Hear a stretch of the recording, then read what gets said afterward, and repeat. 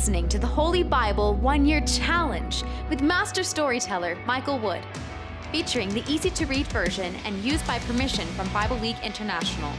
Enjoy the show! Hello everyone, welcome to day 21. We're continuing in the book of Genesis. And Joseph is Pharaoh of Egypt, and now his brothers return. Because of the famine of Egypt, they are forced to go to Egypt to search for grain, and Joseph recognizes them all, but they don't recognize him. In fact, they think that young little Joseph is long gone dead. So Joseph decides to play with them a little bit. I heard it was once said that success is the sweetest revenge. We're also continuing in the book of Matthew. Jesus performs one of the most memorable miracles that even if people were to replicate his other miracles, this one has never been replicated by any human in all recorded history. And his followers are there to witness it. This miracle is so amazing that even Peter believes, even if just for a moment. And then later on, the Pharisees question Jesus because his followers are not following a tradition. And you have to understand where all this animosity is coming from. If Jesus claims to be the Son of God, then surely he should be able to do everything that the old law requires. I mean, anything short of that would mean Jesus is just a human. So they try to catch them on any little thing.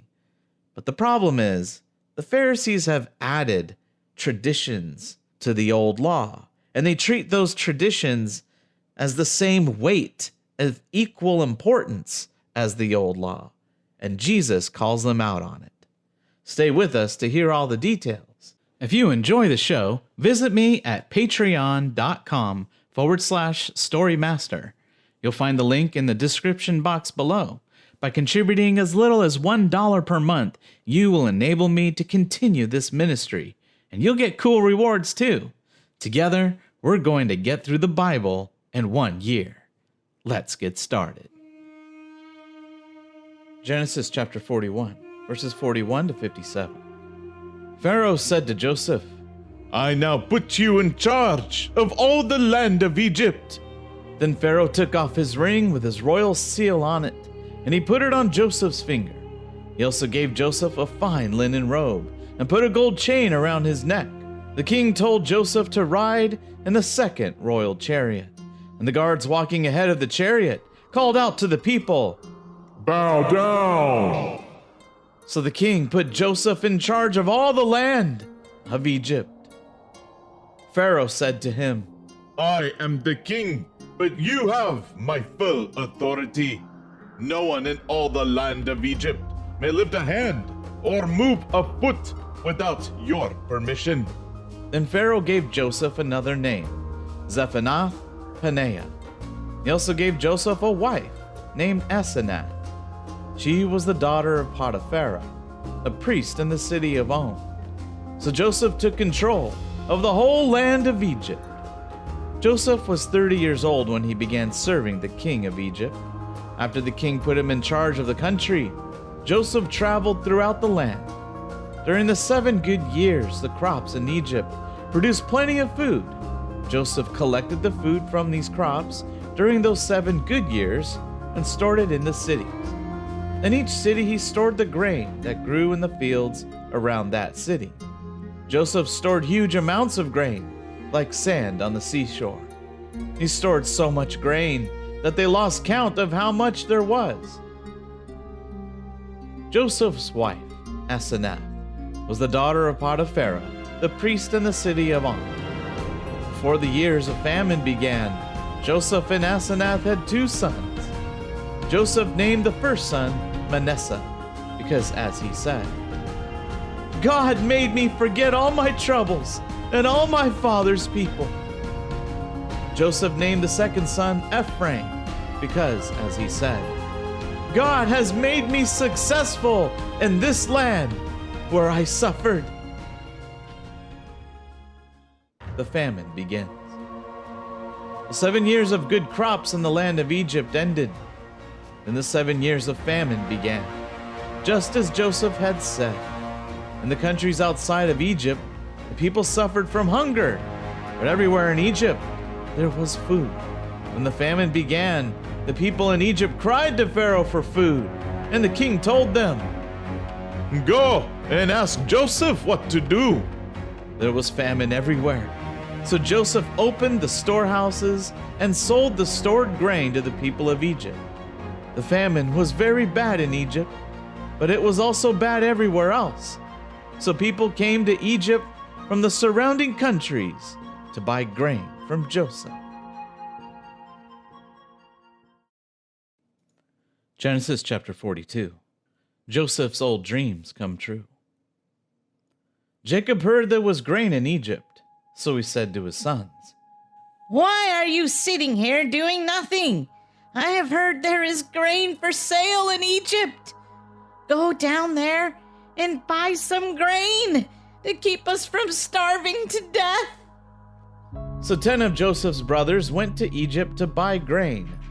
Jacob did not send Benjamin. Benjamin was Joseph's only full brother. Jacob was afraid that something bad might happen to Benjamin. The famine was very bad in Canaan, so there were many people from Canaan who went to Egypt to buy grain. Among them were the sons of Israel. Since Joseph was the governor of Egypt, he was the one in charge of selling the grain to everyone. So Joseph's brothers came to him and bowed down to him with their faces to the ground. When Joseph saw his brothers, he knew who they were, but he acted as if he did not know them. Speaking to them in a rude voice, he said, Where do you come from? The brothers answered, We have come from the land of Canaan to buy food. Although Joseph knew these were his brothers, he did not know who he was. Joseph remembered his old dreams about his brothers. He said to them, You have not come to buy food. You are spies. You came to find out where our country is weak. But the brothers said, No, master, we, your servants, have come only to buy food. We are all brothers, sons of the same father. We are honest men, not spies. But Joseph said, No, you have come to spy on us. Then they said, We, your servants, are all brothers, sons of the same father. He had 12 sons in all, but our youngest brother is still at home with him in Canaan, and one brother is no longer living. But Joseph said, No, I can see I was right. You are spies. If your story is true, you will have to prove it in the name of the king. I swear, I will not let you go until your youngest brother comes here. One of you must go and get your brother. The rest of you will stay here in prison. We will see if you are telling the truth. If your youngest brother does not come here, then surely as the king lives, you are spies. Then Joseph put them all in prison for 3 days. After 3 days, Joseph said to them, I am a God-fearing man. Do this, and I will let you live. If you are honest men, one of your brothers can stay here in prison, and the others can go and take grain back to your people who are suffering from hunger. But then, you must bring your youngest brother back here to me. Then I will know you are telling the truth, and you will not be put to death. The brothers agreed to this. They said to each other, We are being punished for what we did to our brother Joseph long ago. We saw the trouble he was in. He begged us to save him, but we refused to listen. So now we are in trouble. Then Reuben said to them, I told you not to harm the boy, but you refused to listen to me. So now we are being punished for his death. Joseph was using an interpreter to talk to his brothers, so they did not know he understood everything they were saying. He walked away, so they could not see him crying. Then he came back and spoke with them again. As they watched, he ordered their brother Simeon to be tied up and taken away. Joseph told his servants to fill his brothers' bags with grain. The brothers had given Joseph the money for the grain, but he secretly told the servants to put the money in the bags with the grain. He also told the servants to give the brothers everything they needed for their trip back home. When all this was done, the brothers put the bags of grain on their donkeys and left.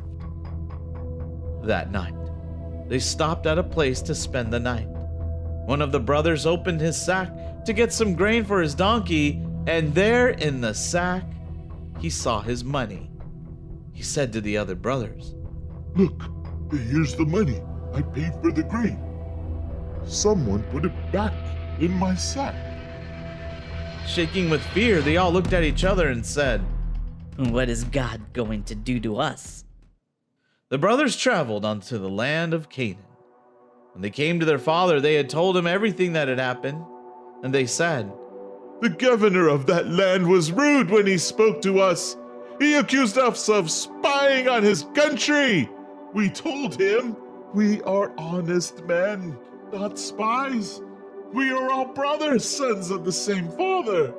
He had 12 sons in all, but one is no longer living, and our youngest brother is still at home with our father in Canaan. Then the governor of that land said to us, Here is a way I could see if you were really honest. Leave one of your brothers here with me while you take grain to your family suffering from hunger. But you must bring your youngest brother to me, so I will know that you are honest men and not spies. Then I will give you back the brother you left here, and you will be free to go anywhere you like in our land. When the brothers started emptying the grain out of their sacks, each one found his bag of money in his sack of grain. Seeing these bags of money made them all afraid, including their father Jacob. Jacob said to them, You have already caused me to lose some of my children. Joseph is gone. Simeon is gone. And now you want to take Benjamin away too? I am the one who has to suffer all this. Then Reuben said to his father, If you will let me take him, you can trust me to bring him back to you. If I don't bring him back, you may kill both of my sons. But Jacob said, I will not let Benjamin go with you. His brother is dead, and he is the only son left from my wife, Rachel. If anything happened to him during the trip to Egypt, I would die. You would send me to my grave, a very sad old man.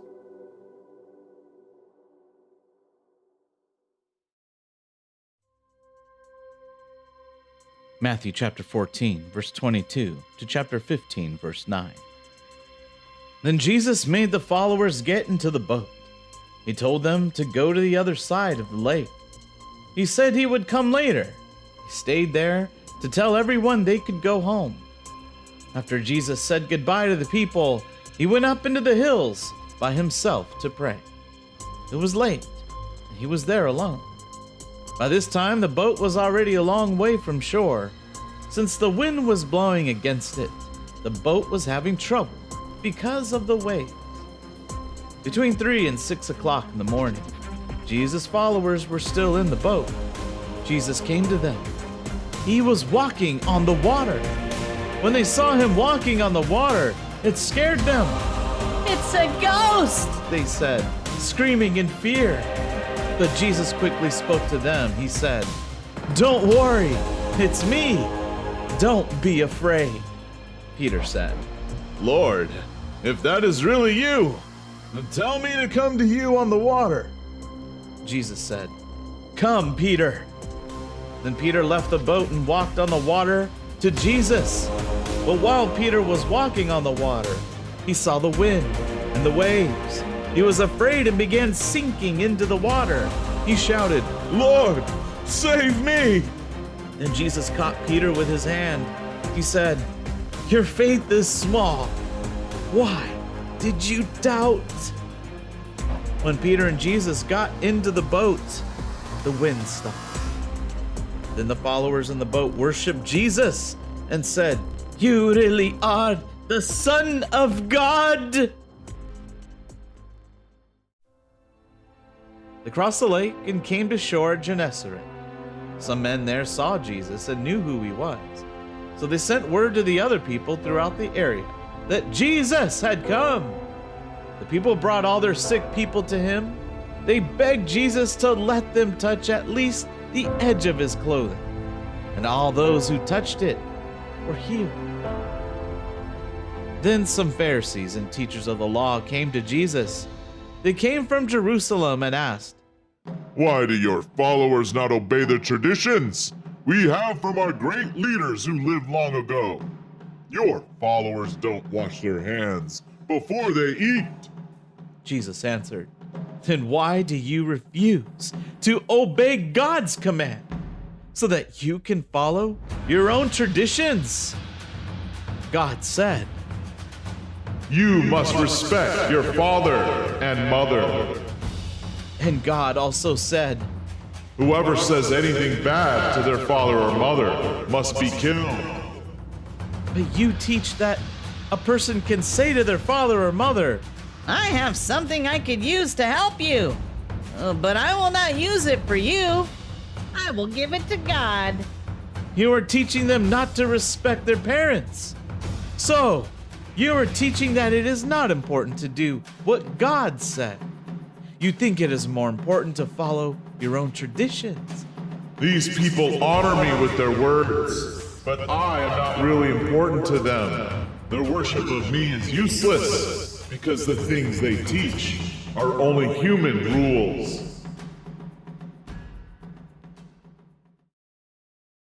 Psalm chapter 12.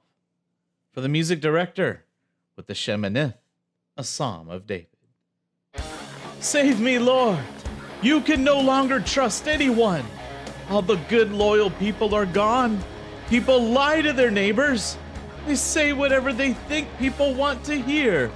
The Lord should cut off their lying lips and cut out their boasting tongues. Those people think they can win any argument. They say, We are so good with words, no one will be our master. but the Lord says, I have seen helpless people being hurt, and I have heard the groans of the poor. So I am coming to take action. I will give them the help they have been waiting for. the Lord's words are true and pure, like silver, purified by fire, melted 7 times to make it perfectly pure. Lord, take care of the helpless. Protect them forever from the wicked people in this world. The wicked are all around us, and everyone thinks evil is something to be praised.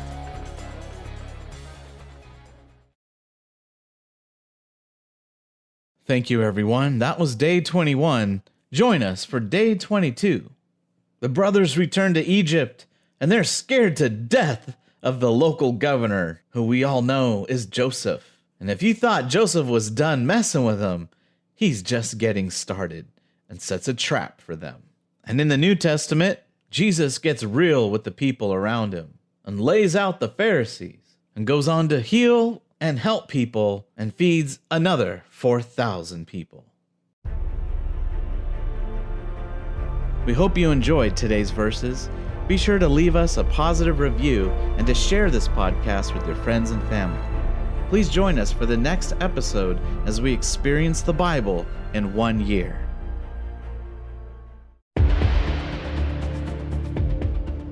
Did you know we offer online courses in creative writing, literature, and web design? Visit us at storymaster.online to learn more.